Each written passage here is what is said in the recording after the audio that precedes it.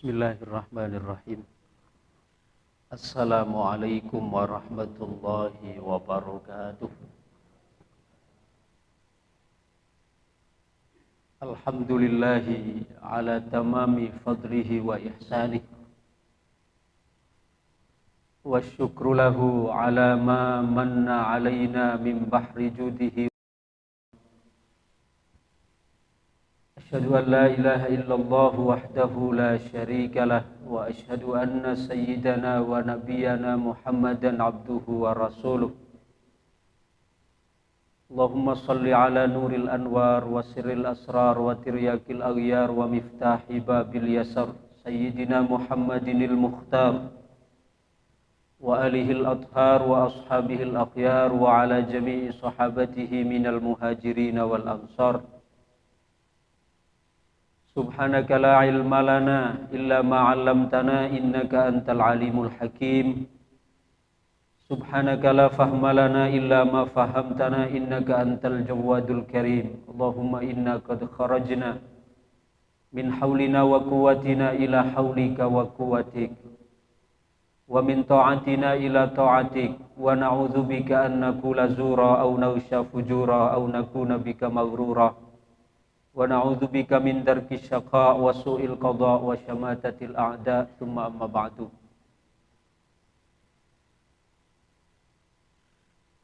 Sebelum kita melanjutkan pembahasan kemarin, terlebih dahulu sebagai bentuk ta'adzuban adab kita, akhlak kita kepada para pendahulu kita, mari kita hadiahkan suratul Fatihah yang pertama kepada Sayyiduna Rasulullah sallallahu alaihi wasallam.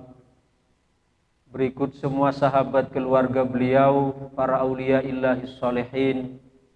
Wabil muqaddimah Sayyidina al-Imam Maulana Umar Mas'ud radhiyallahu anhu ardah. Selanjutnya Fatihah untuk kita semua yang ikut melestarikan ajaran-ajaran beliau dalam beriman, berislam dan berihsan. Mudah-mudahan diberikan istiqamah, diberikan ketetapan iman Islam untuk mendapatkan husnul khatimah. Ala hadhihi niyya wa ala kulli niyatin shalihah. Al-Fatihah. A'udzubillahi minasyaitonir rajim. Bismillahirrahmanirrahim. Alhamdulillahirabbil alamin. Ar-Rahmanir Rahim. Maliki yaumiddin. Iyyaka na'budu wa iyyaka nasta'in. Ihdinas siratal mustaqim. Siratal ladzina an'amta 'alaihim ghairil maghdubi 'alaihim waladdallin. Amin. Rabbighfirli wa liwalidayya walil mu'minin. Masih melanjutkan pembahasan kemarin pada halaman 23. Di situ kita mengenali tasawuf murni dari ajaran Islam. Karena sebagaimana yang telah kita bahas kemarin bahwa untuk mengetahui definisi atau kesimpulan suatu hukum, maka terlebih dahulu kita harus menghimpun data-data berdasarkan disiplin ilmu tertentu yang hendak kita simpulkan hukumnya. Kalau kita ingin menggambarkan apa itu susu, maka kita harus menghimpun informasi tentang definisi susu yang sesuai dengan fakta yang sesungguhnya. Kalau kita ingin menghukumi apa itu khamr, maka kita harus mengetahui apa itu definisi khamr sesuai dengan definisi yang sesungguhnya. Karena kemarin kita telah membahas al-hukmu 'ala syai'i far'un an tasawwurihi. Hukum terhadap sesuatu itu menjadi cabang dari deskripsi masalahnya. Apabila kita mendeskripsikan salah, maka kita di dalam menyimpulkan hukumnya juga salah. Apabila kita memberikan gambaran keliru, maka kita menetapkan hukum dari suatu tersebut juga keliru. Demikian juga ketika kita ingin mengetahui bahwa tasawuf itu adalah murni dari ajaran Islam, maka hendaknya melihat definisi tasawuf yang didefinisikan oleh para ahli tasawuf itu sendiri. Dari orang-orang yang memang sebagai pelaku tasawuf, bukan hanya sebagai pengamat tasawuf, tapi sekaligus sebagai pengamal tasawuf. Karena ada pengamat, ada pengamal.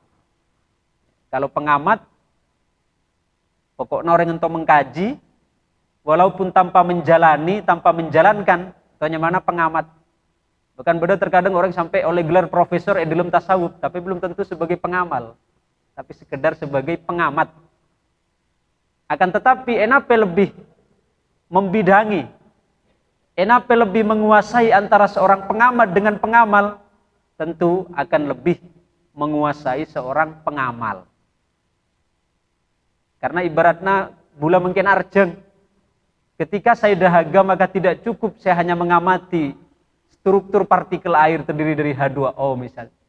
Ketika saya hanya mengamati partikel-partikel air yang terdiri dari H2O misalnya, maka itu tidak akan sama sekali memberikan kepuasan menghilangkan dahaga saya. Sama demikian, ketika saya mengamati tasawuf sebagai ilmu, tapi tidak ada amal di situ, maka ibaratnya saya hanya mengamati air dari segi partikel yang terkandung di dalamnya. Tapi saya tidak dapat merasakan seperti apa segarnya minum air tersebut. Itu perbedaan antara pengamat dengan pengamal. Maka pada bidikan yang pertama halaman 25, di sana disebutkan untuk menentukan sumber-sumber pengambilan ajaran tasawuf, terlebih dahulu kita perlu untuk mengetahui hakikat tasawuf yang telah dikenali oleh para ahlinya. Untuk oneng tentang napento tasawuf secara hakiki, maka kenalilah tasawuf ento dari ahlina. Berarti kalau dikatakan ahlina, bukan sekedar pengamat, tapi sekaligus pengamal. Oke. Karena apa? Setiap disiplin ilmu itu memiliki definisi atau istilah yang berbeda-beda. Contoh, kalimat illah, kalimatna illah pada ki. Setiap disiplin ilmu, walaupun ungkapannya pada, tapi definisinya beda. Illah dalam ilmu sorof, illah dalam ilmu usul fikih, illah di dalam ulumul hadis, beda-beda atau definisinya. Walaupun pada istilahnya illah. Itu menunjukkan bahwa setiap disiplin ilmu itu memiliki definisi yang berbeda-beda. Contoh, illah di dalam ilmu sorof apa? Mun illah di dalam ilmu sorof untuk bermakna setiap huruf alif, waw, dan ya. Untuk illahnya mana? Dalam ilmu sorof. Tapi ketika kita berbicara illah dalam ilmu fikih, nape? Lain boleh ya, ketika kita berbicara illah dalam ilmu fikih, jawab kalaban huruf alif, waw, dan ya, tak nyambung.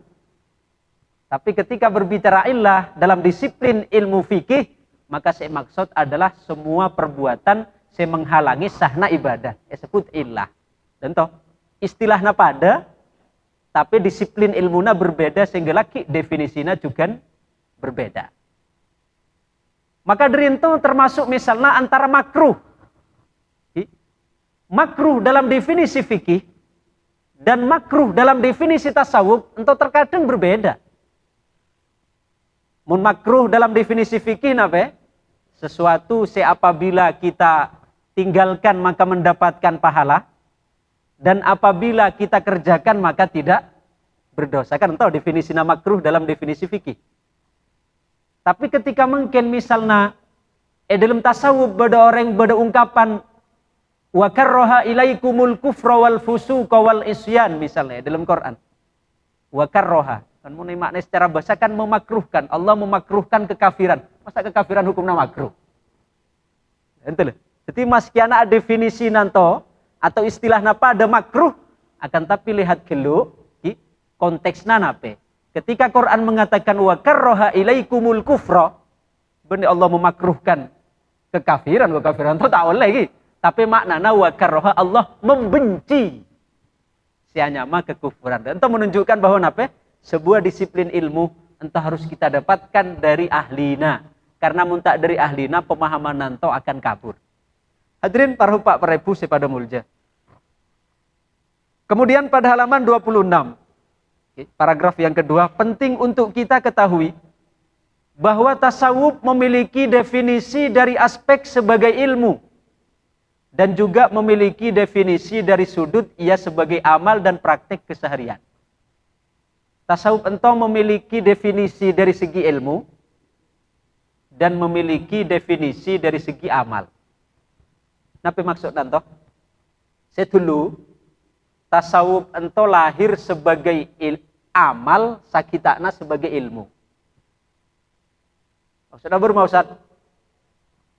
Zaman awal-awal kenabian, waktu kita bahas pembahasan kemarin sebelum Ramadan, istilah tasawuf ento kan ki sobung. Okay? Istilah sufi ento ki sobung zaman Kanjeng Nabi. Akan tetapi praktik-praktik zuhud, ikhlas, ridho, qanaah, takwa, wara, ikhlas dan sebagainya entah telah tumbuh hidup di hati, di akhlak perbuatan Nabi dan para sahabatnya. Berarti entah kan tasawuf hadir sebagai napi gelu, sebagai amal, sakitana sebagai ilmu.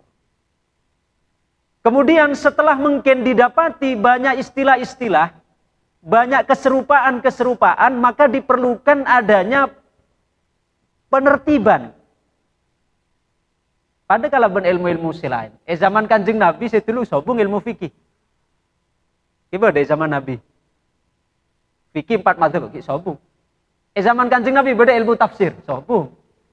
Zaman Kanjeng Nabi beda ilmu nahwu, sobung. Akan tetapi materi utamana nggih, entahlah beda zaman Kanjeng Nabi. Ilmu nahwu, sobung zaman Nabi, sobung. Tapi saya menjadi dasar dari ilmu nahwu, lah beda zaman Nabi, Quran kalaban hadis. Zaman Kanjeng Nabi ki sobung ilmu fikih, tapi saya mendasari hukum-hukum fikih, lah beda zaman Kanjeng Nabi. Zaman Kanjeng Nabi ki sobung ilmu tasawuf, tapi akhlak-akhlak tasawuf, lah beda zaman Kanjeng Nabi. Takwana, warokna, zuhudna, qanaahna. Entah saya maksud tasawuf hadir sebagai amal, sakitana menjelma sebagai ilmu. Sekaligus di sana terdapat starata pembahasan mulai permulaan, proses perjalanan hingga nanti hasil yang didapatkan. Ketika laki menjelma sebagai ilmu, siapa nama ilmu itu kan laki beda level-levelnya, seperti anak sekolah, beda level TK, beda level ibtidaiyah, beda level sanawiyah, beda level aliyah, beda level SD, beda level SMP, beda level SMA ketika menjelma sebagai ilmu. Betul juga ketika tasawuf menjelma sebagai ilmu pun dibukukan menjadi sebuah disiplin ilmu, maka beda level-levelnya. Ini tasawuf saya pembahasannya sesuai kalaban kalangan masyarakat awam. Sehingga sesuai kalaban masyarakat awam ya kita berak-berak berkaitan kalaban seputar ibadah, berkaitan bermasah antara ibadah, berkaitan kalaban etare mana ibadah. Ingana kitab Imam Ghazali Bidayatul Hidayah. Toh nape levelnya untuk level-level tingkat pemula. Kemudian setelah itu ningkat tengah menengah. Ningkat kata kitab Imam Ghazali ingana misalnya Minhajul Abidin. Mulai deleme boleh. Ingana kak anaknya kalau lulus SD, ya materinya bakun beda matematika, beda IPA, tapi lagi ketika SMP lebih spesifik. Lebih napela lebih mendalam. Bahkan lagi ketika SMA tambah dalam boleh menunjukkan dalam tasawuf sesuai kalaban tingkat pemahaman masyarakat. Ketika masih tingkat dasar maka kitabna enton-tonto pembahasan. Tingkat menengah enton-tonto. Kemudian lagi tingkat tinggi enton-tonto. Artinya disesuaikan kalaban kapasitas masyarakat senarema ajaran ento. Tasawuf dari aspek definisi sebagai ilmu adalah ilmu untuk memperbaiki hati supaya fokus pada Allah, terbebas dari ikatan selainnya. Untuk definisi tasawuf sebagai ilmu, yaitu apa? Ilmu untuk memperbaiki hati supaya fokus ke Allah. Karena apa? Saya menjadikan bulekin tokapi dalam perjalanan kepada Allah ento sering mengalami perlambatan. Polana tidak ada keterfokusan. Sobung fokusna. Bahkan pada ungkapan mengatakan mento multafitun la yasil. Orang yang berpaling maka tidak akan sampai. Kita dalam ibadah tujuannya apa? Untuk asare ridho Allah. Kita ibadah untuk asare ridho Allah aja selain. Ya walaupun misalnya kita ibadah, dalam ibadah ngarapakan surga oleh. Kita cek langsung vonis ke orang, bu nari apa ibadah nak kelas awam, ibadahnya untuk oleh surga loh. Orang ibadah untuk oleh surga lah lumayan. Daripada ibadah mungkin ibadah ngarapakan dunia kan. Ki lumayan ibadah ngarapakan surga. Tapi lagi sampai ilmu sampai haji maka meningkat dari awal na ibadah ngarapakan surga meningkat terus kasihan di surga. Jadi tasawuf untuk ilmu untuk memfokuskan amal kepada Allah. Tujuannya Allah. Multafitun la yasil. Karena mungkin kita mengharapkan sesuatu selain Allah, maka kita akan mengalami keterlambatan dalam perjalanan. Contohnya mentoh. Kita mungkin, misalnya boleh dari Somor-Somor ke Sangkapura. Dari Somor-Somor ke Sangkapura, tujuannya boleh kanto. Kapah di besar Sa'adatud Darain. Tujuan bulan untuk ngaji pengajian dinto. Tapi dalam perjalanan dari Somor-Somor kanto, dari Padeg, Lebak misalnya, edisan beda hiburan, beda pertunjukan sulap, beda pertunjukan pencak silat misalnya, edisan. Ketika bulan mungkin berhenti beda edisan, kira-kira bulan apa kanton-kanton? Tak napa. Karena apa? Bulan berpaling kalau pahit terhadap tujuan awalnya, yang mana masjid ini adalah menjadi tujuan utama saya berangkat. Nah, entah juga mungkin kita ibadah entah tujuannya pertama untuk Allah. Tapi mun dalam perjalanan dalam ibadah kita ternyata pada tujuan-tujuan ngarepakan olia ujian minusa. Olia alamanna dari minusa. Entah diibaratkan yang gila bula jalan ke Sangkapura tapi beda hiburan tengah jalan bula mandek tengah jalan sehingga tak napak terhadap tujuan. Lah maka tasawuf untuk fungsinya untuk memfokus perjalanan itu. Kemudian sebagaimana yang disampaikan oleh Al-Imam Asy-Sya'rani. Imam Sya'rani itu adalah termasuk murid kesayangannya Al-Imam Ali Al-Khawas. Imam Sya'rani itu salah seorang ulama Mesir, okay? Beliau asalnya mengingkari terhadap tasawuf, tak percaya juga orang sufi awal. Karena beliau berlatar belakang sebagai orang alim secara ilmu syariat, sedangkan Imam Ali Al-Khawas guruna entah orang dari segi ilmu zahir entah tak pati alim. Sehingga dalam suatu kesempatan ketika sama-sama akan mengajar, Imam Sya'rani entah ajalana ke Masjid Al-Azhar untuk ngajar. Kemudian Imam Ali Al-Khawas entah juga ajalana ngajar. Imam Sya'rani itu selalu ngeledek. Bodoh orang tak tahu nulis, tak tahu maca, ngajari orang. Saya tahu nulis, saya tahu maca. Tiap para temu selalu ngeledek seperti itu. Akhirnya dalam suatu kesempatan ketika Imam Asy-Sya'rani mengatakan seperti itu, jawab ke Imam Ali Al-Khawas. Imam Ali Al-Khawas ngajawab, bener wahai Sya'rani, eson riak tak andi ilmu apa-apa. Eson memang orang bodoh. Akan tapi pada saat eson ke Allah dijadikan sebagai kekasihnya, maka aku diberikan ilmu oleh Allah yang mampu untuk mengajarkan orang-orang yang mampu untuk baca tulis. Ketika dikatakan demikian terketuk hati Imam Asy-Sya'rani, lalu beliau nyato untuk aguru ke Imam Ali Al-Khawas. Kemudian ada apa yang disampaikan oleh Al-Imam Ali Al-Khawas, pendidikan pertama kepada Imam Sya'rani. Wahai Sya'rani, mun beukna tero untuk mendapatkan ilmu ini, maka terlebih dahulu jual kitab-kitab nabeukna sakabina. Sebagai ulama sila punya rak dari kitab, suruh jual kap. Itu menunjukkan apa? Karena ketika orang mungkin andi kedudukan, andi kehormatan, maka pertama saya berak baginakan kehormatan anto. Maka kutu kikis gatu. Maka anto cak Imam Sya'rani apa? Ilmu tasawuf yaitu ilmu yang tertampung di dalam hati para kekasih Allah. Atau pada paragraf yang ketiga. Hati yang tertampung atau ilmu yang tertampung pada hati para kekasih Allah. Hakikatna ilmu itu dinto, bener kitab. Hakikatna ilmu itu di hati. Al ilmu fis sudur la fis sutur. Ilmu itu ada di dalam dada. Dadana orang-orang saya kenal ke Allah. Bener tolesan-tolesan. Tapi bener dada. Adapun saya tulis dalam buku itu adalah merupakan terjemahan tuangan dari napi saya bener dalam dada. Sebagaimana mun dalam alam luas atau di alam makrokosmos entau beda seekor cak lauhul mahfud. maka dalam alam mikrokosmos ento beda sekoca ate.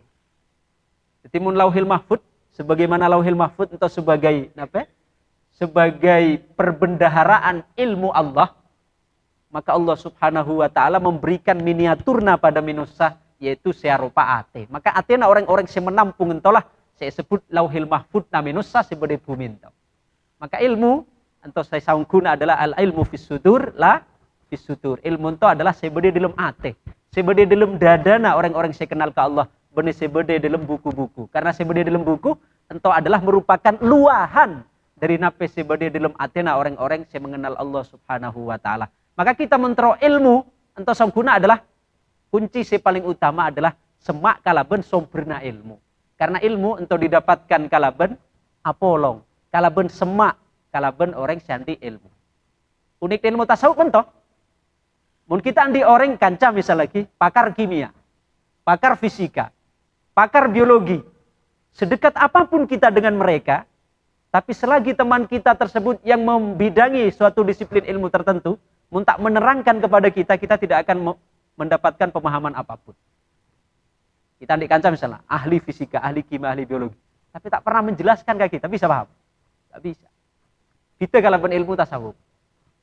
Ilmu tasawuf, walaupun tidak dijelaskan, tapi kita dekat dengan orang yang ahli, punya ilmu sufi itu, maka tanpa harus dijelaskan, kita mampu untuk menangkap ilmu-ilmu tersebut. Itu unik ilmu tasawuf.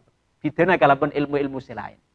Karena apa? Contoh mungkin, dalam kitab ento misalnya bulan nulis tentang pembahasan tentang sabar, pembahasan tentang syukur, pembahasan tentang ridho.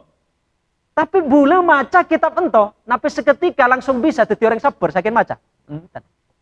Tapi kalau ben bula mungkin ngabes contoh langsung orang siandik sifat sabar tanpa harus maca, maka bula langsung bisa untuk nyetrum ngaleh sifat baik sabar ning gila syukur ning gila kalau ben semak kalau ben orang siandik sifat sabar sifat ridho. Karena napa? Faqidu syai'i la yu'ti, orang seta andi maka tidak akan dapat untuk memberi. Orang siandik syukur entos akan dapat menularkan syukurna ke orang lain. Orang siandik sabar entos akan dapat menularkan kesabaranna ke orang lain. Maka entolah mun dalam bahasana nape sahabat saya sebut kalaban istilah suhbah. Apolong kalaban orang-orang si alim, apolong kalaban orang-orang si soleh, maka kita akan ke Allah paringi kesolehan juga dalam atina kita. Ento pentingnya apolong dan perbedaan antara ilmu tasawuf kalaban ilmu-ilmu si lain. Kata Imam Sya'roni, ilmu tasawuf adalah ilmu yang tertampung di dalam hati para kekasih Allah pada saat hati bercahaya dan konsisten terhadap ajaran kitab dan sunnah. Tentu menegaskan si kemarin. Karena saya ikut cak tasawuf entah tak oleh bertentangan kalaban Al-Quran, kalaban sunnah. Seperti kemarin kita bahas dari kebuhna Imam Sirah Junaid Al-Baghdadi, tariqatuna muqayyadun bil kitabi was sunnah. Tariqah kami kata beliau, jalan kami yaitu ilmu sufi itu adalah berkaitan erat kalaban kitab, kalaban Quran, kalaban sunnah. Maka barang siapa cepon beliau ngaku sufi akan tapi mereka menyimpang dari Quran, dari syariat, maka cepon beliau jangan pernah dipercaya keilmuan. Nah, karena apa? Ilmu tasawuf untuk berkaitan erat kalaban Al-Quran, kalaban sunnah. Kemudian dengan kandungan makna yang begitu mulia di atas, lantas masihkah bisa diterima oleh akal sehat jika disebutkan bahwa tasawuf adalah ajaran yang diambil dari luar Islam?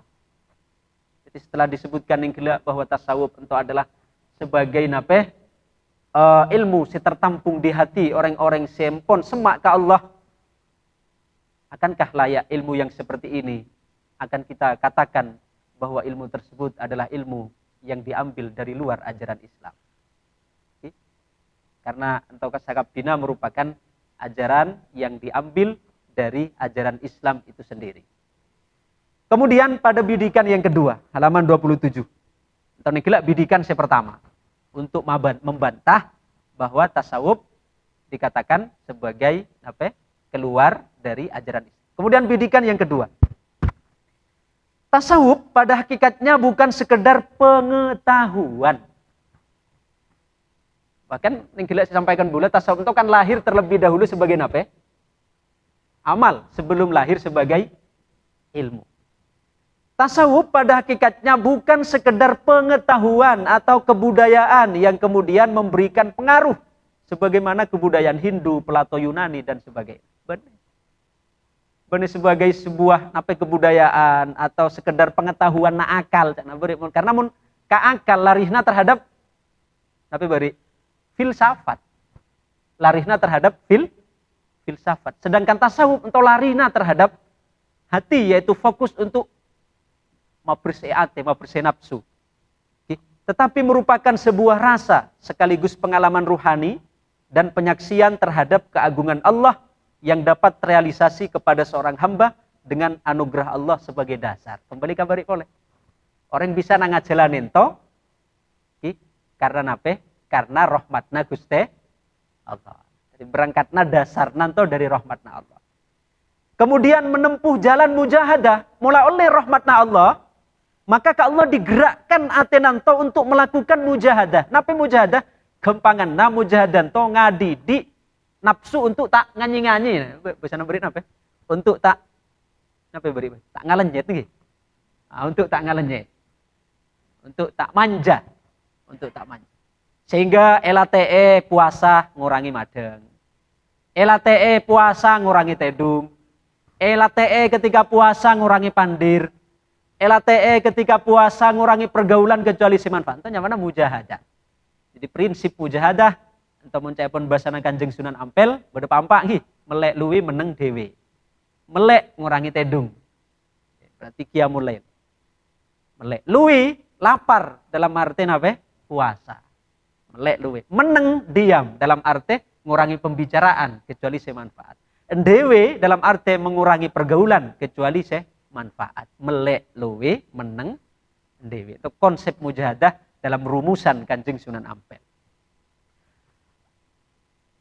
Kemudian menempuh jalan mujahadah, yaitu melawan kehendak hawa nafsu dan disucikan dengan khalwah. Apa khalwah? Khalwah itu kosong ate dari selain Allah. Tanya mana khalwah? Maskian abedena bersama makhluk. Tanya mana khalwah?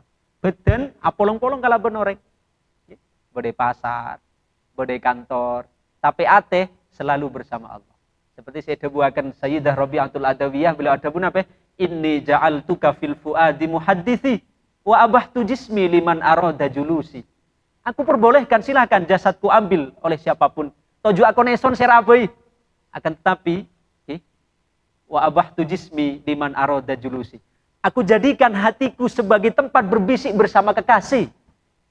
Sedangkan aku perbolehkan jasadku untuk duduk bersama siapapun jua. Ate hanya untuk Allah, untuk berbisik dengan Allah, amunajat ke Allah, azikir ke Allah, untuk badan terserah kalau bensira abai. Sehingga ketika Allah menyebutkan tentang sifatna orang-orang sesoleh dalam Quran apa? Rijalun la tulhihim tijaratun wala bai'un an dzikrillah. Yaitu orang-orang saya tetap ada geng, benih tak ada geng. Tapi perdagangan mereka, muamalah mereka sama sekali tidak melupakan, tidak melalaikan kepada Allah Subhanahu wa taala. Hadirin para hupak, para togelan sepada mulja. Maka seperti saya sering bula sampaikan, tasawuf ento wilayah ate benih wilayah beda. Kita ajak langsung berkesimpulan, berarti mun sufi manja kita tak oleh sogi, enten sogi silahkan. Kita sogi silahkan. Karena nape orang ento seatur dalam tasawuf bermaaten to sebagai tempat untuk munajat berbisik ke Allah. Adapun fisik silahkan fungsikan sebagaimana mestinya. Pernah bula sampaikan, beda dua orang bersaudara. Ketika masa-masa belajar, masa-masa mondok, entah togelan. Saya hitung ketika lah pada Paleman, jadi sebagai orang sesogi. Saya hitung ketika Paleman, jadi orang semiskin. Jadi entah bula bukan sedang membedakan berarti sesogi mulja, semiskin rendah, atau sesogi rendah semiskin muljantan, tapi dinto sabenerna miskin atau sogi tergantung kita merespon seperti nape ketika pas sogi, seperti nape ketika pas miskin. Dua orang yang bersahabat ento, ketika lah pada Paleman dari mondok, pada di santri.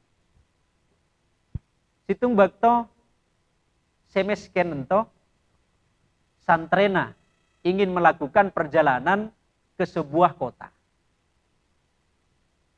Ketika menyampaikan ke guruna, kiai bulan terajelana, teramusafirah, ke kota fulan. Kemudian ketika disebutkan nyama kota fulan, kiai nantong ngoca. Oh, cang mun beuna ke kota Kastan, eso nandikan jadi kan camun duk situ. Coba beuna sareh nyamana kiai fulan.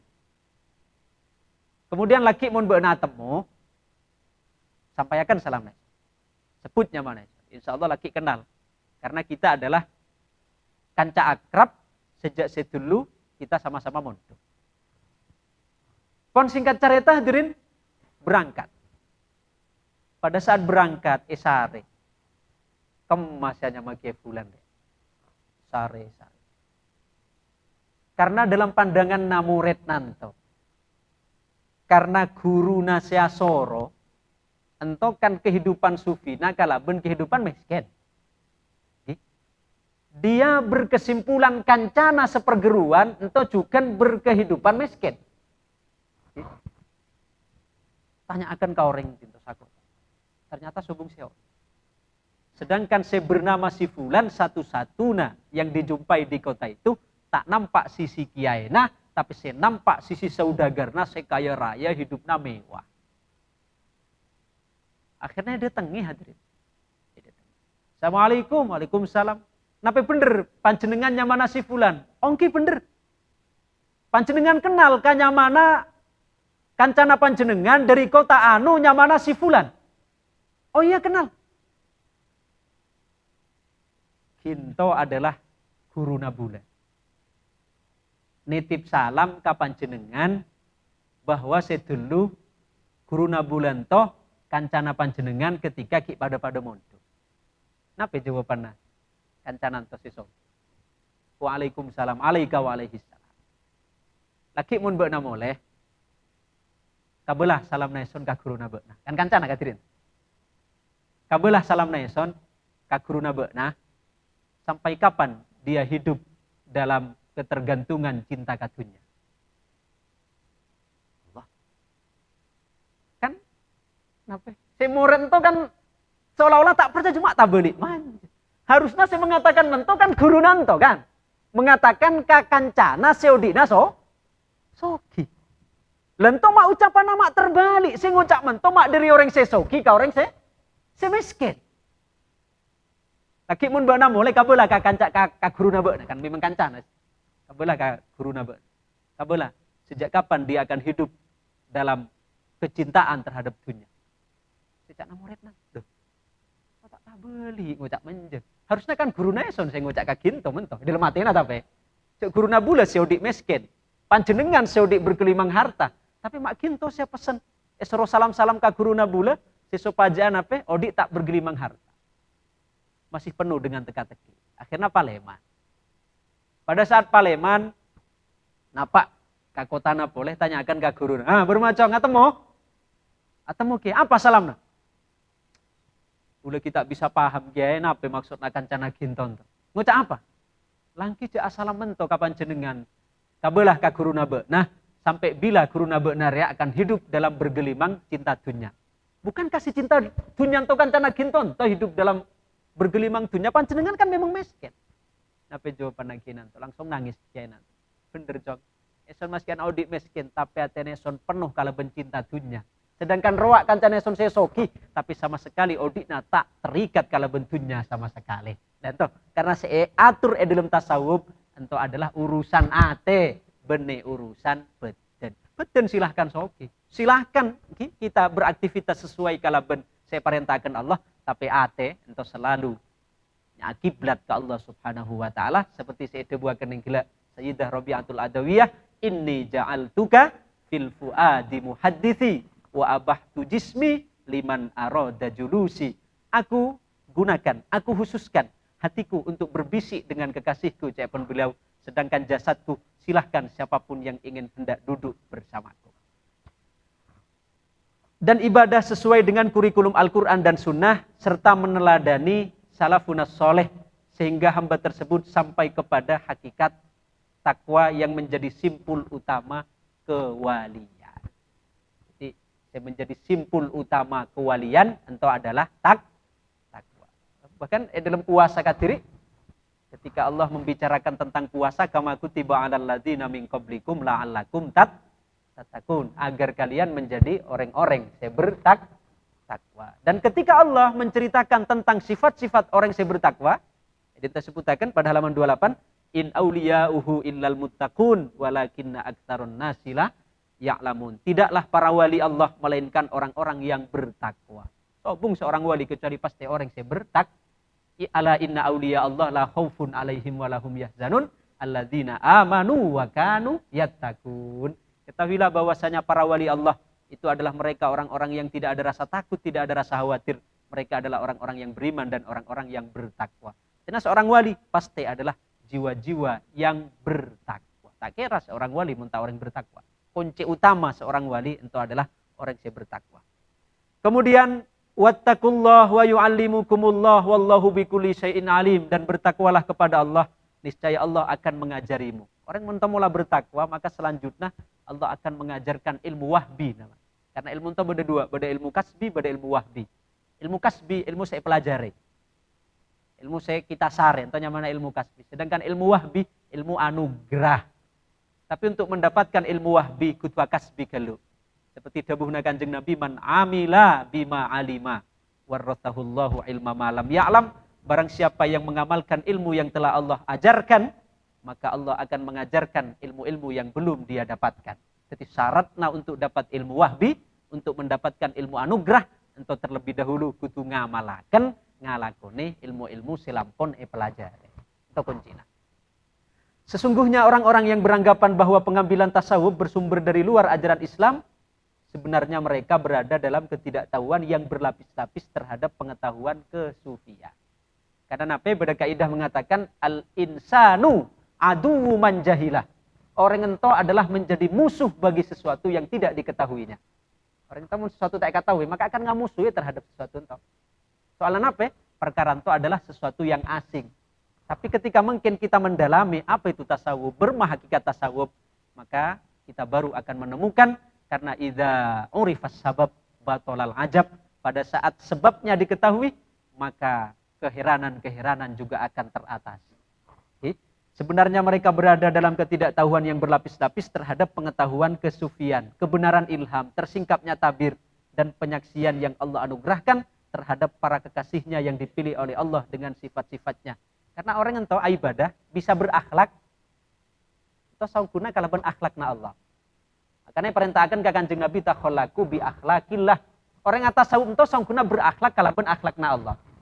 Karena memang beda perintah takhallaku, berakhlaklah kalian semua bi akhlakillah, dengan akhlaknya Allah. Apa akhlaknya Allah? Akhlaknya Allah Rahman, kasih sayang. Akhlaknya Allah Ghafur, pemaaf. Akhlaknya Allah Rahim, penyayang. Akhlaknya Allah nape albar, berbuat baik. Akhlaknya Allah nape at-tawwab, memberi maaf dan sebagainya. Tentunya mana berakhlak dengan akhlakna Allah. Karena orang tak akan mungkin akan mendapatkan akhlak yang terpuji muntah oleh akhlak pancaran dari akhlakna Allah. Makanya sebutakan dalam nape riwayat nanengla takhallaku bi akhlakillah. Berakhlaklah dengan akhlak Allah, dengan nama-nama Allah. Nah, nama Allah itu beda dua. Beda nama Allah yang kembali kepada sifat jamal, beda nama Allah yang kembali kepada sifat jalal. Napa fitnah? Mun sifat Allah saya kembali kepada sifat jamal, ingat pemaaf, penyantun, peramah, pemberi, kemudian penyantun dan sebagainya. Tentunya mana sifat-sifat Allah, nyama-nyama Allah yang kembali kepada sifat keindahan. Itu yang diperintahkan untuk kita contoh akhlak. Sedangkan nomor dua, pada nama Allah, asmana Allah, saya kembali kepada sifat jalal. Acek tero mun sento. Ingat contoh apa? Al-Mutakabbir, Allah Maha sombong. Allah Maha penyiksa. Allah Maha nape? Allah Maha memaksa. Al-Muntakim. Entah aja contoh. Okay? Karena sifat jamak jalal entah benih untuk dijadikan sebagai takhalluk kepada kita, untuk kita tiru sebagai akhlak, tapi untuk dijadikan sebagai ta'alluqnya mana? Kebergantungan. Kita bergantung ke Allah, saya Maha penyiksa. Kita bergantung ke Allah, saya Maha pemaksa. Kita bergantung ke Allah, saya Maha entahnya mana sifat ta'alluq. Kemudian bidikan yang ketiga. penjelasan para pemuka tasawuf sendiri terhadap sumber dan akar ajaran mereka yang kita yakini mereka lebih memahami dalam urusan ini.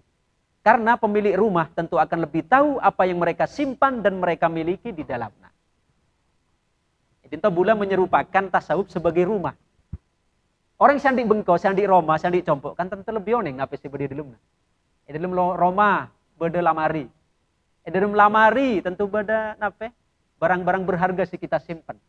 Lamun juga ketika kita ingin berbicara tentang tasawuf, saya tepak atanya kasira. Ya sandi bengko tasawuf entah. Saya rasa di bengko tasawuf orang-orang sufi. Selebih oneng tentang napenya mana? Tentang perabot-perabot saya berde dalamnya. Ketika kita misalnya tak paham tentang ungkapan-ungkapan sufi, ya tanya ke orang yang ngerti. Saya memang mereka membidangi sandi bengkon toh. Karena ketika saya menjelaskan benih orang yang bidangi, maka penjelasan itu akan semakin kabur. Sering bula contoh akan dokter, rata-rata tulisannya dokter coba-coba. Jarang dokter untuk tulisannya gege. Tapi anak pesa coba-coba na tulisannya dokter, apoteker tuh mak paham. Pak coba itu tulisan dokter, nah apoteker paham. Kita beri resep ke dokter, nape nyaman obat na 3 kali 1 saking apal nape angkana. Tapi nape nyaman obat na paracetamol atau tahu ning tulisan. Tapi coba kita kiba ke apoteker. Apoteker paham. Seperti itu juga. Kalau kita misalnya menemukan istilah-istilah dalam tasawuf saya tak paham, ya kiba ke orang si ahli. Yang gila nemu tulisan dokter, kiba kasih ngabidangi apoteker atau dokter juga paham pasti. Kita nemu misalnya nemu istilah-istilah tasawuf saya kita tak paham, kiba ke orang si ahli. Oh, riak maksudnya menja. Sehingga akan teredamlah saya nyama fitnah, saya nyama kesalahpahaman. Karena pemilik rumah tentu akan lebih tahu apa yang mereka simpan dan dimiliki di dalamnya. Sedangkan ahli tasawuf, mereka adalah orang yang jujur dan suci jiwanya, sebagaimana kesaksian orang-orang yang mau adil dalam memberikan penilaian. Ingat Imam Ibnu Taimiyah. Imam Ibnu Taimiyah itu kan terkenal dengan kerang, tegas. Dalam ngakritik orang-orang tak sesuai kalaban kitab kalaban sunnah. Bahkan orang-orang Wahabi itu sering ngeritik menjadikan Imam Ibnu Taimiyah sebagai rujukan mereka. Tapi di sisi lain Imam Ibnu Taimiyah yang terkenal begitu tegas dalam ngakritik orang-orang tak sesuai kalaban kitab kalaban sunnah, tapi beliau dalam kitab Fatawana beliau justru memuji orang-orang sufi, bahkan beliau muji ingat Syekh Abdul Qadir Al-Jilani. Itu menunjukkan bahwa sekelas beliau Imam Ibnu Taimiyah itu juga mengakui secara jujur bahwa orang-orang sufi itu sangkuna orang-orang pilihan ideal, saya pun beriki ideal dalam akidahna, ideal dalam akhlakna, ideal dalam ibadahna, dalam akidahna, dalam ibadahna, dalam akhlakna. Inilah Imam Junaid. Nah, Imam Junaid saya akan ceritakan bulan ini. Inilah Imam Junaid halaman 29. Yang dikenal sebagai pimpinan kaum sufi. Atau dalam bahasa tasawufnya Imam Junaid itu kenal kalaban Sayyidut Ta'ifah. Timune sebut dalam tasawuf Sayyidut Ta'ifah, berarti saya maksud Imam Junaid Al-Baghdadi. Inilah Imam Junaid yang dikenal sebagai pimpinan kaum sufi. Semoga Allah meninggikan ruhnya. Beliau menuturkan. Nah, apa jawaban beliau? Entah saya ulang-ulang pula. Madhab kami, yakni laku tasawuf, terikat dengan Al-Quran dan Sunnah. Maka barang siapa yang tidak menghafal Quran, tak ngajaga Quran maknanya, tak ngajaga hadis, maka tidak dapat dijadikan panutan dalam urusan ini. Imam Junaid begitu menegaskan bahwa orang sufi tasawuf untuk kaitannya sangat erat kalaban kitab, kalaban Quran. Sangat neguh terhadap syariat. Adapun mungkin beda orang ngaku sufi tapi tak berpegangan terhadap syariat, tapi capon bari, oknum. Kita ajak ngukum tasawuf, nah tasawufnya tak berdosa. Tapi lakuna orang-orang yang ngaku tasawuf, lah entah saya menjadikan tasawuf juga. Kemudian 2 pondasi utama yang harus dimiliki seorang sufi adalah Quran dan Sunnah. Kutu untuk harga mati. Sebagaimana NKRI harga mati, entah juga Al-Quran dan Sunnah dalam tasawuf tentu adalah harga mati yang tidak bisa ditawar-tawar lagi. Kutu tetilan dasar. Karena 2 ini menjadi simpanan agung dan pertolongan besar untuk bisa sampai kepada Allah, maka buat apa hendak mencari sumber lain di luar lingkungan Islam? Dalam Islam atau beda Quran kalaban Sunnah, Anape makatek tasawuf ekala dari luar na Islam.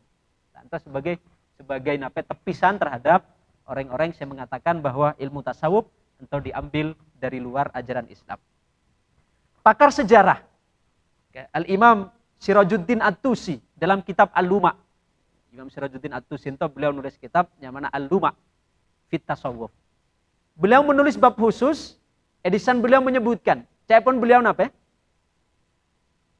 Beliau mengungkapkan ungkapan dari Abu Sa'id Al-Khudri.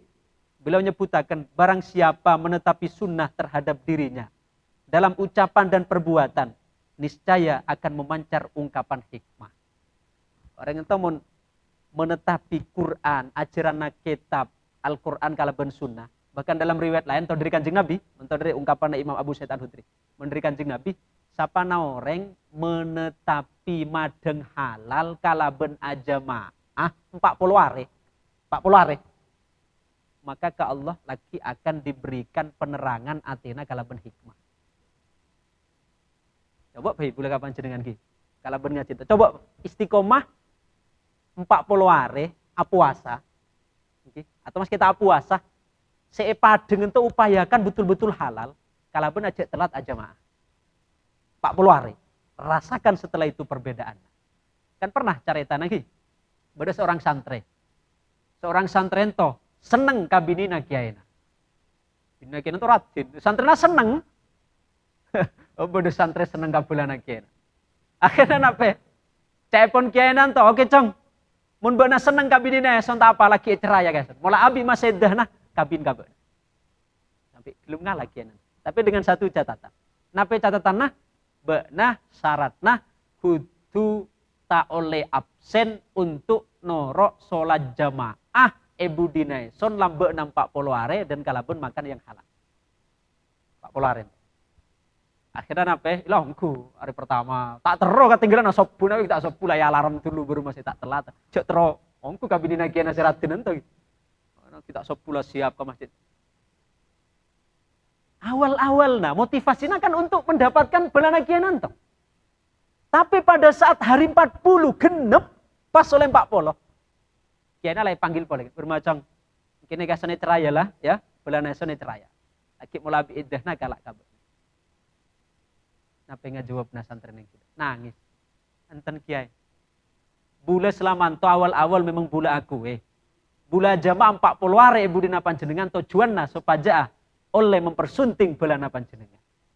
Akan tapi mungkin ketika bulan 40 hari mungkin istiqomah ta'ala dalam noro istiqomah jemaah kon panjenengan kalaban madeng si halal mungkin bula auba pikiran betapa naifna bula lay ajar untuk istiqomah ki ngala angar buta binina kiai boleh. Deh coba itu karena barokahna napa gila hikmah yang dipancarkan oleh Allah dari makosong ate dari si haram lambe 40 hari kalaban boleh napa tambahe kalaban istiqomah jemaah 40. Bisa dibuktikan ento mulai hari ini. Mun misalnya tak terbukti, tak nape kinto ngademo bula rame-rame. Itu jaminan dari Kanjeng Nabi. 40 hari ada RC halal kalaban istiqomah jamaah. Rasakan perbedaannya. Pencerahan hati yang kita dapatkan akan kita dapatkan di sana. Maka ento cepon Imam Abu Sa'id Al-Khudri barang siapa menetapi sunnah terhadap dirinya dalam ucapan dan perbuatan, niscaya akan memancar ungkapan hikmah. Mula memancar ungkapan hikmah hadirin. Napi si menimpa dirina teti ungkapan hikmah kabeh. Sakee ka orang misalna. Teti ungkapan hikmah. Ya anggun alhamdulillah. Barokahna eson aluaken orang iko cae orang padu orang. Eson ka Allah oba parengana ateng derajat sapora adu. Jadi teti ungkapan hikmah. Tapi mun Athena tak mendapatkan pancaran hikmah sakee sakuti ka orang. Apa sowan lho kaki bongsat patik lho keluar kabeh pun bahasa-bahasa binatang alas kabeh diungkapkan. Anape? Polana Athena tak mendapatkan pancaran hikmah. Tapi mun mendapatkan pancaran hikmah, napi pun si terjadi, itu akan menjadikan kehidupan, akan menjadikan ungkapan-ungkapan hikmah menjadi kebijaksanaan tersendiri atau dalam bahasa Inggris apa? Wisdom, wisdom, kebijaksanaan yang menjadikan orang yang gila semakin semak ke Allah Subhanahu wa taala. Dan barang siapa yang mengikuti hawa nafsu terhadap dirinya dalam ucapan dan perbuatan, maka akan keluar ucapan bid'ah. Lantas sebaliknya, mun selalu mengikuti hawa nafsuna, maka sekaluar ento ungkapan-ungkapan terlarang. Tapi sebaliknya, mun yang berupaya untuk ngikuti Quran, ngikuti sunnah, ngikuti ajaran Kanjeng Nabi 40 hari yang gila cepan Imam Abu Sa'id Al-Hudri, maka akan memancar kalimat hikmah sebagaimana mun orang netape ungkapan nakala benor nafsu, maka akan keluar ungkapan-ungkapan kotor. Maka kita dinto berada di antara dua pilihan, ngikuti nape menjadi tuntunan Kanjeng Nabi, akhlak Kanjeng Nabi sehingga keluar hikmah, ataukah kita justru ngikuti ungkapan setan sehingga kita akan keluar ungkapan-ungkapan mungkar. Maka Sayyidina Abu Bakar sering boleh sampaikan Sayyidina Abu Bakar pernah dalam suatu kesempatan beliau epeswe orang. Pada saat epeswe orang beliau untuk pertama tak ngalaban. Beliau tak ngalaban. Pada saat Abu Bakar tak ngalaban, tak ngabantah, tak membela diri, Kanjeng Nabi pakun. Beliau menetapi tojuk bersama Abu Bakar. Kemudian selanjutnya epadui untuk yang kali yang kedua. Pakun beliau tak ngabales, tak ngabantah. Kanjeng Nabi pakun duduk di sebelahnya Sayyidina Abu Bakar. Tapi saat ketiga, pegel Abu Bakar tuh. Pertama ki sabar, kedua sabar. Pas ketiga, tak sabar juga Abu Bakar. Pada saat epadui orang yang gila, ngabela Abu Bakar. Ngangkat suara juga. Pada saat Sayyidina Abu Bakar untuk ngabela diri, beliau ngajawab, Kanjeng Nabi jaga, beliau pergi. Kemudian sahabat Abu Bakar tanya, ya Rasul, anape panjenengan to pertama dan kedua, pada saat bule patuhi oleh orang ento bule tak ngajawab, panjenengan mak pakun toju. Sedangkan pada saat yang ketiga bulan to ngalaben, panjenengan mak buru. Napa jawaban Sayyidina Rasulullah? Kanjeng Nabi ngajawab, ya Abu Bakar, pada saat pertama dan yang kedua, epesoe oleh si fulan, na tak ngajawab, eson ngote malaikat sing ngajawabaken ka beuna. Sing ngabela beuna malaikat. Makanya eson pernah toju cek kalaben malaikat. Sedangkan pada saat yang ketiga beuna ngalaben, setan sing ngabenta malaikat naburu. Makanya eson tak tero toju akalaben orang sing kancae. Loh. Makanya sering bula sampaikan dalam akhlak tasawuf entau kita diajarkan dalam nape? Dalam keadaan kita terzolimi sekalipun, seharusnya kita bisa memandang sisi hikmah. Artinya apa? Alhamdulillah kita ke Allah dijadikan sebagai pihak yang terzolimi, benih menzolimi. Jadi selalu ada pandangan-pandangan segar dalam kehidupan orang-orang sufi sehingga dapat mengambil hikmah dalam setiap peristiwa dan kejadian. Perbuatan maka akan keluar ucapan bid'ah. Allah berfirman, wa in tuti'uhu tahtadu wa ma 'alar rasuli illal balagul mubin. Dan jika kamu taat kepadanya, niscaya kamu akan mendapatkan petunjuk. Dan janjina Allah. Kita taat ke Allah, kita taat ke Rasul, maka Allah akan memberikan petunjuk ke orang tersebut. Bahkan dalam ayat lain, wa may yu'min billah yahdi qalbah. Barang siapa beriman kepada Allah, maka Allah akan memberikan hidayah kepada hatinya. Bula saya dulu pas baca ayat itu sempat saya kutik bingung. Anaknya bingung nah. Biasa lagi. Saya menjadikan orang yang beriman kan menoleh hidayah. Oke kan? Orang awalnya kafir. Kemudian oleh hidayah kemudian beriman. Tapi dalam ayat itu disebutkan wa may yu'min billah yahdi qalbah. Barang siapa yang beriman kepada Allah, maka Allah akan memberi hidayah kepada hatinya. Kan tak balik. Oke? Seharusnya nape? Kaidah dasar yang selama ini kita dapatkan, orang yang oleh hidayah bisa beriman. Tapi tonton, wa may yu'min billah yahdi qalbah. Barang siapa yang beriman kepada Allah, hatinya akan mendapatkan hidayah. Napa maksudnya?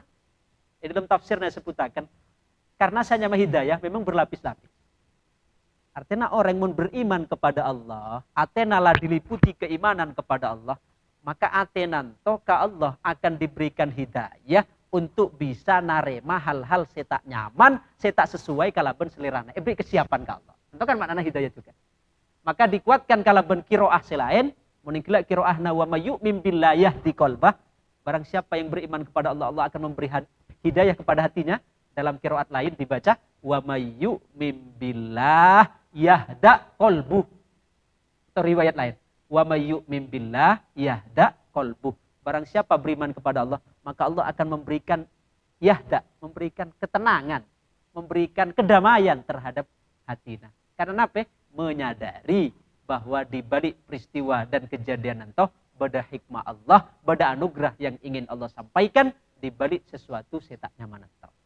Hadirin para hupak para ibu pada mulja, sakutik lagi kita patotok ke bidikan keempat sekali, juga ungkapan Imam Junaid sendiri yang maknanya persis seperti tadi mengatakan, ilmu kami ini, jadi ilmu tasawuf, bergandengan kuat dengan hadis Rasul, sebagaimana penuturan Imam Sahal bin Abdullah At-Tustari. Imam Sahal Abdullah At-Tustari itu seorang tokoh sufi. Setan pernah nyamar ke Imam Abdullah Sahal At-Tustari. Jadi caritana setan itu nyamar ke Imam Abdullah Sahal, ngucap mentoh. Nyamar, kemudian setan itu ngucap mentoh ke beliau. Ya Sahal ata'rifuni, wahai Sahal, bana kenal kaison. Nabi pun Imam Sahal, na'am araftuk, annaka iblis laknatullah. Son tahu benarnya iblis yang terlaknat. Nabi pun Imam Iblis ngajawab, ya Sahal, ma ra'aituka ajhala minal yaum. Aku tidak menyaksikan engkau lebih goblok daripada hari ini. Loh, kenapa engkau mengatakan demikian? Nabi Iblis, bukankah engkau membaca di dalam Quran? Mengapa engkau mengatakan bahwa aku sebagai orang yang terlaknat? Makna laknat apa? Kan terputus dari rahmat Allah. Bukankah engkau baca di dalam Quran bahwa sana wa rahmati wasi'at kulla syai'? Benarnya orang alim Sahal, orang banyak ilmu. Quran kan Allah nyebutakan wa rahmati wasi'at kulla syai'. Rahmatku meliputi segala sesuatu. Benar ngucap son terputus dari rahmat Allah. Bukankah aku masuk di dalam sesuatu nih gila? Oh lagi. Akhirnya cak Imam Sal, iya kian ke iblis cerdas berarti. Akhirnya apa? Bahkan cak pun Imam Sal, seandainya aku tidak diilhami oleh Allah. Lantaw ilmu tasawuf nih lagi yang Allah limpahkan ke atina orang sila semak Allah. Seandainya aku oleh Allah tidak diilhamkan kelanjutannya ayat, maka hampir saja aku berguru kepada iblis. Ulama padahal ki aku raka iblis itu. Akhirnya napa? Kemudian Allah mengingatkan aku lanjutannya ayat. Napa lanjutannya ayat? Fasa'aktubuha lilladzina yattaqun. Yang demikian iku rahmatku itu akan aku berikan kepada orang-orang yang bertakwa. Pertanyaanku sekarang, kamu bertakwa enggak iblis? Nah, jadi itulah kemudian iblis napa? Tak bisa ngajawab terhadap pernyataan Imam Sal. Entahlah rahasianya juga debuna Allah. Inna ibadi laisa laka alaihim sultan. Cekpon Allah ka iblis, wahai iblis, sesungguhnya engkau terhadap hamba-hambaku tidak akan ada kuasa untuk menggoda mereka. Karena apa? Mereka selalu dalam bimbingan Allah Subhanahu wa taala. Kanto cekpon Imam Sahal apa? Setiap pengalaman ruhani yang tidak berdasarkan kitab dan sunnah maka batil. Ada orang apa? Andi pengalaman ruhani tapi ketika pak cocok kalaban Quran kalaban sunnah nyimpang, pun batil. Sidna Syekh Abdul Qadir Al-Jilani, beliau sempat situng malam atahajud. Ketika atahajud atas pak sojutanan tuh, bodo lampu apoter terak memuni ruangan.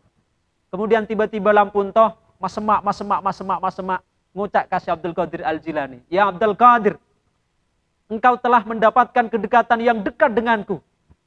Sekarang aku telah menghalalkan kepadamu apa yang selama ini aku haramkan. Engkau boleh meninggalkan perintah, engkau boleh menerjang larangan. Coba, seandainya bula mentokan langsung keluar langsung pojong, langsung ngalakonin apa wes semauna. Apa sih oleh jaminan dari Allah. Oleh jaminan kartu lah pasti masuk surga lah, pas ke ngalakoni larangan. Tapi napa Syekh Abdul Qadir Al-Jilani? Abdul Qadir Al-Jilani beliau adalah orang yang ngerti agama, ngerti kitab, ngerti hadis sih. Beliau mengatakan, "Ikhsa ya lain." Buru engkau wahai terlaknat. Tanpa basa-basi Syekh Abdul Qadir Al-Jilani. Buru bakna wahai terlaknat. Padamlah engkau wahai terlaknat. Ma'oning Syekh Abdul Qadir bahwa engkau adalah terlaknat iblis. Karena Syekh Abdul Qadir Al-Jilani oning jabuna Allah, innallaha la ya'murukum bil fahsya. Allah toh tidak akan memerintahkan kepada perkara yang keji. Sirang boleh memerintahkan teman iblis. Maka cak iblis napa beliau iblis tongo cak kasih Abdul Qadir Al-Jilani, selamat engkau wahai Abdul Qadir, aku telah menyesatkan sebanyak 70.000 orang ahli tarekat gara-gara ini. 70.000 orang yang pas sesat ke iblis. Gara-gara napa? Polana tak berpegangan kalaban kitab, kalaban sunnah. Maka ilmu tasawuf itu adalah ilmu yang berpegangan terhadap kitab dan sunnah. Terakhir, Imamul Akbar, Grand Syekh Al-Azhar, Imam Abdul Halim Mahmud. Beliau berkomentar khusus dalam bab ini dengan menuliskan, saya ingin mengajak orang-orang yang memuji tasawuf atau siapapun yang menuduh bahwa ajaran tasawuf itu diserap dari luar ajaran Islam agar membaca bab ini, kata beliau. Karena sangat jelas sekali hubungan erat antara tasawuf dan agama, bahkan pandangan para pemuka tasawuf yang telah dipaparkan oleh penulis sudah sangat gamblang bahwa tasawuf diambil dari Al-Quran dan Sunnah, menjadikan keduanya sebagai landasan utama. Masihkah ini tidak bisa untuk mereka terima? Jadi kesimpulan, nah dari sana pendidikan pun kita bahas 3 gitu. Tasawuf ento adalah murni diambil dari ajaran Islam. Pon sampun tasawuf gelu, moga-moga dadi tambahan wawasan sing manfaat, barokah maslahat fid dunya wad dunya wal akhirah. Amin amin ya rabbal alamin. Rabbana atina fid dunya hasanah wa fil akhirati hasanah wa qina adzabannar. Allahumma anfa'na bima 'allamtana wa 'allimna ma yanfa'una wa zidna ilma. Wa sallallahu ala sayyidina Muhammad wa ala alihi wa sahbihi wa baraka wasallam. Walhamdulillahi rabbil alamin. Assalamualaikum warahmatullahi wabarakatuh.